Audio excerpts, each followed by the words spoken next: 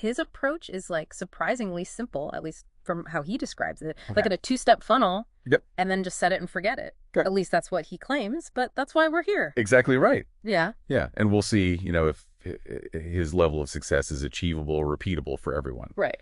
But the principles he's outlining, I think, are definitely things that can be applied more broadly, for sure. Yeah, for sure. And so the first thing that he talks about is being like a content machine. Okay. He's got this philosophy of post everywhere, repurpose, repeat. Right. So, on the surface, that sounds like, not a terrible idea if you're trying to get your name out there. Yeah. But doesn't that kind of run the risk of sacrificing quality for quantity? Yeah, that's the big question, isn't it? Yeah. It's a classic content marketing dilemma. Right.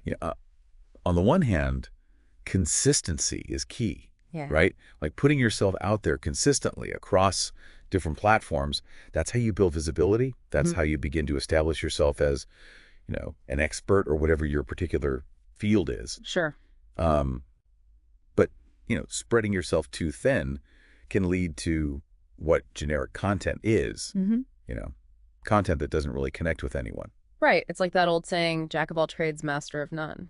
Exactly. Yeah. It's about finding that balance. Yeah. Whether that's strategically choosing a few key platforms where, your target audience is hanging out, or maybe even considering outsourcing some of that content creation, if that makes sense, for your business. Yeah. The key is sustainability, right? Yeah. Like, can you keep this up without burning yourself out? Right. Yeah.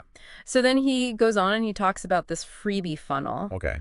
So it's a 2-step process that he says is really the heart of his strategy. Okay. Right? So first he offers something valuable for free. Okay. Right? So this could be like a cheat sheet, a template, a mini course, something like that. Yeah.